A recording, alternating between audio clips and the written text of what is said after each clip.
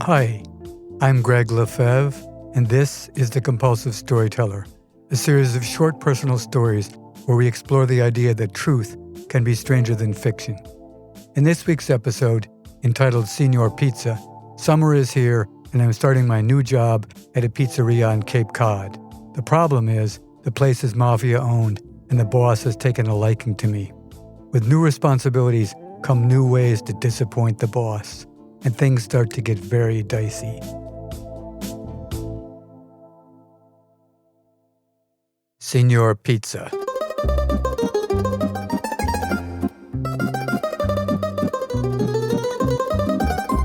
First summer. I'm 18 and waiting at one of a number of wooden picnic tables inside the dining patio at Signor Pizza on Cape Cod. The big sign on top of the one-story building reads, "Nothing pizza, Signor Pizza." There are 2 rows of open suburban-style garage doors, all pulled up so that the room gets a nice breeze. As I wait, up pulls a Lincoln Continental convertible with the top down, the same make and model that JFK was assassinated in. And out climbs Louis Canova. Kennedy's Continental was black. Louis is white. He's wearing a light silk summer suit, crisply creased pants, buckling perfectly where they meet his Italian designer shoes. He's clean-shaven with rose-colored aviator glasses and a gold Tuscan pepper on a gold chain. The one surprise is his well-trimmed but very fuzzy afro. I soon learn that he's from the southern coast of Sicily. As he athletically steps over the picnic table bench, he gives me a firm handshake and then asks me a bunch of questions, the kind you might get from your long-lost dad. I actually get the strange feeling that he might see me as the son he never had. In our conversation, I learn that he only had daughters with his wife Angie. I naively challenge him at one point about the measly $3.15 an hour he offers. Not the best interview technique. He responds, "But you're only going to be paid as a busboy and a dishwasher. Also, I keep 10% of everyone's wages until the end of the summer, when I double it as a bonus, provided they stick around to the end of Labor Day weekend." I start the next day, and it's a bitch of a job, but I'm young and eager to prove myself. The dishes just keep coming, and my sink is never empty, plus I have to constantly bus as well. After a few days, though, something strange happens. Louis drives up with the top down and pops into the kitchen. He inquires how I'm doing, and then puts on an apron, saying, "Maybe your talents are going to waste at the sink. Come over here and let me teach you a few things about the pizza business." Everyone who comes and goes through the kitchen after that looks totally puzzled. When I'm in the back, I hear somebody whisper, "What the hell is Louis doing here? I have never, ever seen him in an apron." After adjusting his apron strings, Louis says, "First, we're going to teach you how to mix dough." Sitting at the back of the kitchen is a Hobart mixer, a huge industrial bakery mixing machine, standing 6 feet tall. He gets one of the other busboys to help him lift a giant stainless steel mixing bowl onto the base of the mixer. It can hold up to 250 pounds of dough. Then he fits the upper shaft of the machine with what looks like a trident fork, except the prongs are rounded, a little thinner than baseball bats, and twisted in a partial spiral. The busboy then helps him pour in a number of 25-pound bags of white flour and some other ingredients, including a few pounds of yeast. He begins, "This machine is a beast and can easily take off your arm. Always keep both the breaker switch and the on-off switch switched off. Put on your bowl or whatever other attachments you may be using in place, then check the speed. There are 10 speeds and you almost never use number 10, which is the fastest. Next, you put in your ingredients, yell clear, and press the start button." The machine is set at 1 and the tongs start to move slowly. Within 10 minutes, though, it's starting to look like dough. Finally, the 3 of us haul the bowl to a nearby table, heave it up, and tip out a giant blob of dough. Louis suggests, "Go ahead, each of you give it a good solid punch." It's surprisingly satisfying to bury my fist in. He continues, "Kind of like giving a big fatso a punch in the stomach." After the ball of dough is chopped into pizza-sized portions, these are balled up, placed in a rack of bakery trays, and left to rise. The final stage is when each one is hand-kneaded into a pizza pie in a tin dish and again left to rise. Louis tells me afterwards, "If you really master this stuff, I'll put you on the ovens as a pizza chef." I naively believe him. I really have no idea what I did to deserve all this special treatment from Louis.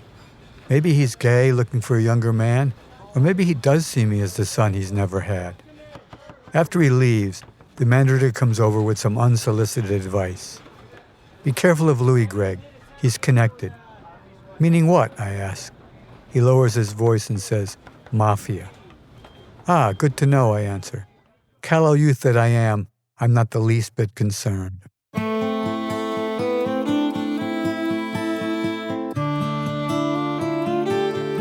Within a few days, I'm working in front of the 4 big Blodgett pizza ovens, each one of which can hold up to 16 pies. When it's busy, that's 64 pies attended to by 2 pizza chefs. Here's what it's like. You're constantly in motion, preparing pies, grabbing your long-handled wooden paddle, pulling open the oven doors, getting a blast of searing hot air in the face, placing one pie while pulling another. Then you repeat this routine over and over, maybe 200 or 300 times. You sweat, drink a gallon of water, nibble. When you actually stop for a breath, your shift is almost over. You also lose weight because you just nibble, so you learn to force-feed yourself while you work. And for all this, you make just under $5 an hour, less Louis' 10%. It wasn't long before I encountered the dark side of Louis, the supposed mafiosi. One of my favorite waitresses is Rita Rizzo, and one evening as I leave the building, I find Rita standing in the parking lot, in tears. When I ask what's wrong, she says, "Fucking Louis just fired me." And I ask why, and she wipes her eyes and shakily takes a breath. "A couple of days ago, he asked me out, saying, 'Rita, I think you're a terrific girl. It would be great if you could join me at the opera in Boston. And if you have any reservations, just tell me and I'll never ask again.' I thanked him for the invite, but said I didn't think it was a good idea.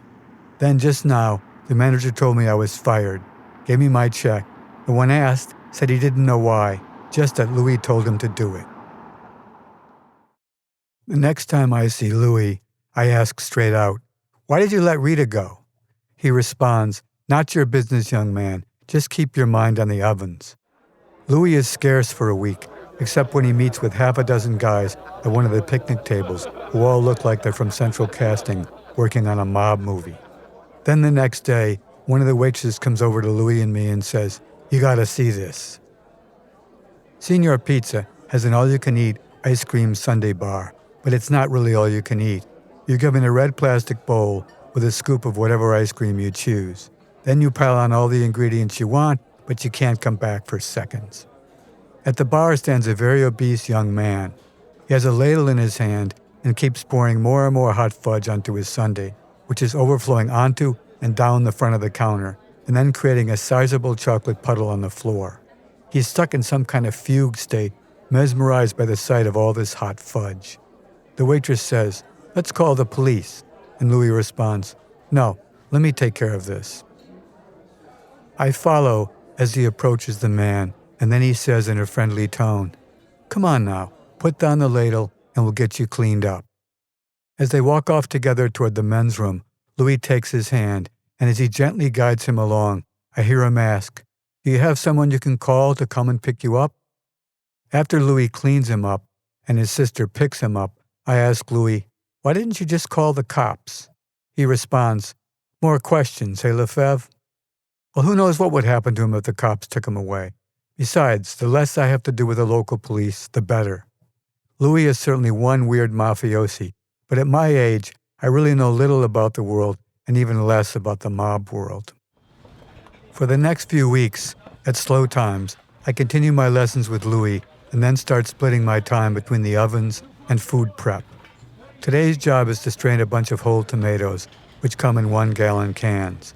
I pour 8 cans into the big strainer, fitted onto the Hobart mixer. I'm feeling pretty cocky because I've mastered the machine, and when all the cans are emptied into the screen, I yell "clear" and hit the button. However, I forgot to check the speed. The machine is set at 10, and immediately tomato sauce is whirled around the kitchen, forming a red band of sauce and tomato chunks everywhere. I get it in my eyes, so I can't turn off the machine until all the sauce has been flung out. Everyone working in the kitchen has their own red band on one side of their white uniform, and I'm completely covered. At this point, in walks Louis. He sees what's happened and yells, "Fatuto idiota!" Then he grabs a pizza knife and in a fury chases me out the back door of the restaurant, brandishing the knife. He's fast, but I'm faster, and I finally lose him in the pine woods behind Signor Pizza. I circle back to the tourist cottage where I live a block away, and for the first time since I started my job, I feel real fear. Fear of Louis. Could he actually totally lose it and stab me to death? I get a cold chill thinking that that's a real possibility. After I wash up and change my clothes, I get in bed, tossing and turning all night with visions of blood and violence. In the morning, though, there's a light knock at the door. When I answer it, Louis is standing there. "Gregg, I forgive you." "You forgive me? What the fuck? Would you really have stabbed me over some tomato sauce?" "You know I wouldn't have. I just lost my temper, but I would never hurt you." Then he tucks a $100 bill into my pajama breast pocket. "Come in late if you want," and he walks away. I should have quit right then and there, but of course I didn't. There is just one more dark event this summer. On the Saturday night of Labor Day weekend, Louis hosts a nice party after hours with all kinds of seafood, a big pot of steamed clams, along with champagne. Monday night at closing time, Louis is nowhere to be seen, and the manager sheepishly tells us that during the evening, someone has stolen most of the cash in the register and our bonuses are being withheld. He almost has a revolution on his hands.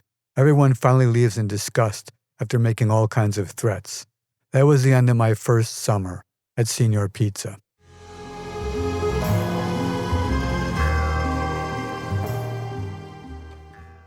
Second summer. I'm back at Signor Pizza, undeterred. Even though the job is a real bitch, all winter I look forward to getting out of my hometown and back to the place to continue my lessons on how to run an Italian restaurant. I'm obviously in total denial about who Louis really is. Not much has changed, except there's a whole crop of lovely new waitresses whom I watched Louis interview at one of the picnic tables. Then, one by one, they disappear. I'm still splitting my time between food prep and the ovens. Food prep is much more satisfying and less exhausting. For one of my breaks, I create my own pizza: clam, onion, and Canadian bacon. It's a hit with Louis and some of the staff, so the next time he prints up new menus, there's my creation listed among all the other corny pizza names. The Signor LeFevre. None of the customers can pronounce either word, and the waitresses tease me with the best of their mispronunciations. At one point, Louis decides to install one of those see-through mirrors between his office and the kitchen, the kind they have in interview rooms at police stations. This way, he can see what we're doing when he's in his office. Everyone hates it. Big Brother is watching and all. So I foolishly decide to do something about it. The wall to his office with the mirror is 10 feet tall, and the ceiling is 12 feet high, so after hours, I screw a plexiglass mirror to the ceiling so we all know when he's in his office. I instruct the staff not to obviously look up at the mirror, which of course everyone does. Within minutes of his entering his office from the outside door, he sees people looking up and discovers the mirror. He angrily comes out, points to the ceiling, and demands, "Who did this?" I take credit, and he asks why. I say, "You spy on us, we spy on you." Lots of the kitchen staff are smirking. "LeFevre, you really piss me off." He slams his door hard as he re-enters his office. Interestingly, though, he never takes down the mirror. One busy Saturday night, we run out of meatballs, which is totally my fault. I call in the staff and tell everyone not to take any meatball orders, finishing my instructions with, "That means no orders for spaghetti and meatballs, meatball pizza, or meatball subs." Then Louis shows up.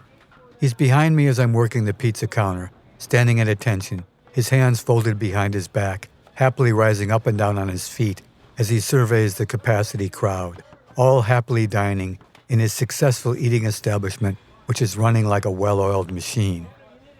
When an order comes in for 6 meatball subs, I leave it on the order board and work around it, pulling out pizzas and making other types of subs. But Louis is sharp. He watches the slip, then grabs it from the order board and says, "Come on, LeFevre, put out this sub order." I know what's coming. He grabs the ladle and finds no meatballs in the tomato sauce vat as he heads for the walk-in freezer to discover the empty plastic barrel that should be filled with meatballs. I take off my apron and head out the back door. It's an exact repeat performance of last summer's pizza knife episode, and as I'm running from him, I think, damn, I've got to quit this job. The next morning is déjà vu all over again. The knock at the door, he forgives me, I accuse him, and I get another $100 bill. Except this time, he informs me that the police were called by someone, that he had to talk his way out of a nasty situation, and demands that I not be late for work. As I finger the $100 bill, I say to myself, Gregg, quit while you're ahead. The rest of my second summer is uneventful, although Louis' lessons have pretty much ended. Then on Labor Day weekend, there is yet another déjà vu moment. A great Saturday night party after hours, then Monday night, no Louis, and the new manager reports that money has been stolen from the cash register and there will be no bonuses. There are more threats, accusations, and police reports, but Louis gets away with it once again.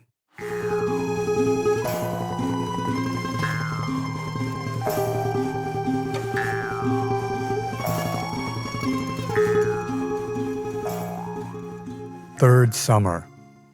By the following spring, I've completely made up my mind never to return to Signor Pizza. Then I get a call from Louis. He wants to visit me in my hometown, and I tell him no way. He then shows up on my front doorstep and invites me to lunch. Like a fool, I agree to join him, and he works that old Sicilian magic on me once again. He promises, hand on a Bible which he brings, to mend his ways. No more fired waitresses, no more chasing me with a pizza knife, and no more canceled bonuses. Then he offers me the managership of the restaurant, and naively, I'm in. I report for duty as manager in the late spring, but this time things go to hell much more quickly. It begins one morning when I'm starting a 250-pound batch of dough. I put in all the secret ingredients, including the yeast, and I'm not paying close attention. Then there's a fracas in the dining room. Some drunk customer is berating a waitress, and I intervene and almost get clobbered.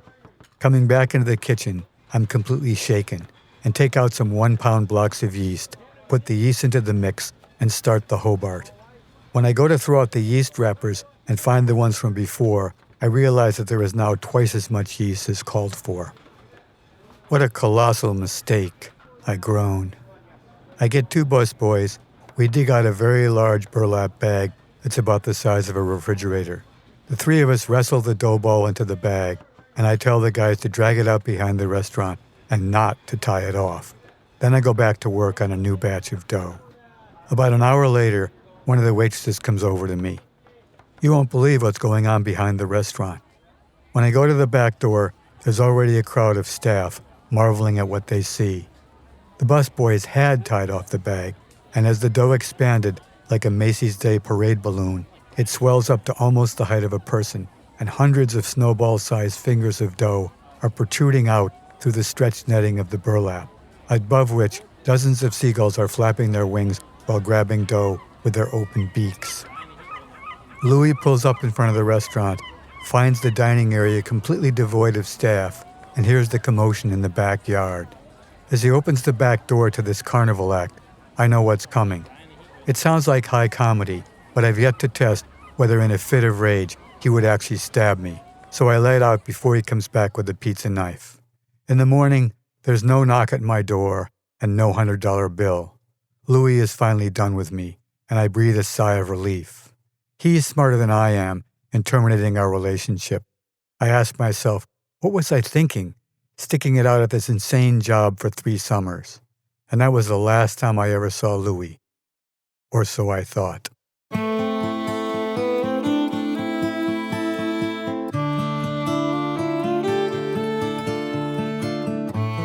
In the 15 years after leaving Signor Pizza, I've had a number of jobs, and learned a good deal about the workaday world and the world in general. It's been a hardening experience with many painful lessons and defeats. I've had to resign myself to the fact that the world is just not a fair place. At one point in time, when I was musing about all this, I was driving on the Massachusetts Turnpike. In front of me was an old Lincoln Continental that was rusted out and burning oil badly, and I realized that Louis was in front of me. As I passed him, I blew my horn and waved. He responded by giving me the finger. As we approached the only open toll booth at the New York end of the turnpike, I was ahead of him, and I told the toll booth operator that I wanted to pay the toll of the guy behind me as well as my own, and asked him to pass on a note, which I scrawled on a piece of paper. "Hi, Louis. It's Gregg LeFevre. Let's have coffee at the next rest stop." At that point, Louis laid on the horn because we were taking so long.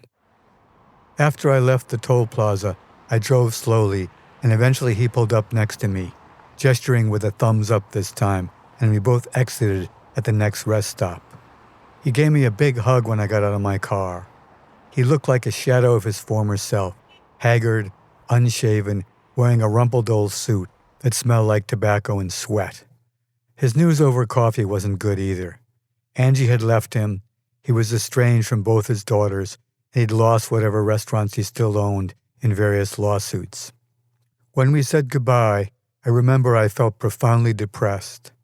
As I drove through the green New England countryside, I thought that even though he was a real bastard in many ways to almost everybody he encountered, he had a kind and gentle side, and he was almost always good to me. Louis Canova, a real-life enigma, mobster with a heart of gold, or nice guy who couldn't help but cheat and steal.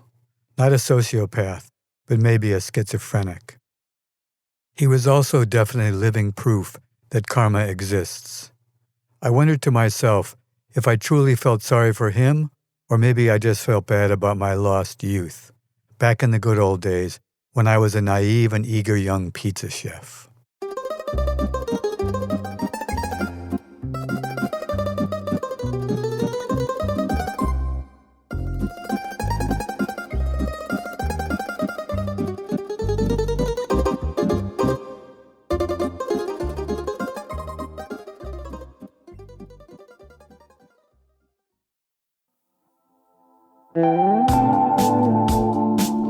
The Compulsive Storyteller is written by me, Gregg LeFevre, and co-produced with Peter Kokoma, who has also composed this week's music and made our theme song. If you enjoyed this week's episode, we'd love your help sharing the show. Please subscribe to The Compulsive Storyteller for free on Spotify, Apple, or wherever you listen. And if you would leave a review, that would be fantastic. Follow the show on Instagram at The Compulsive Storyteller, and check out our website for more information at thecompulsivestoryteller.com. Thanks for listening, and if you don't like this one, the next one will be another story.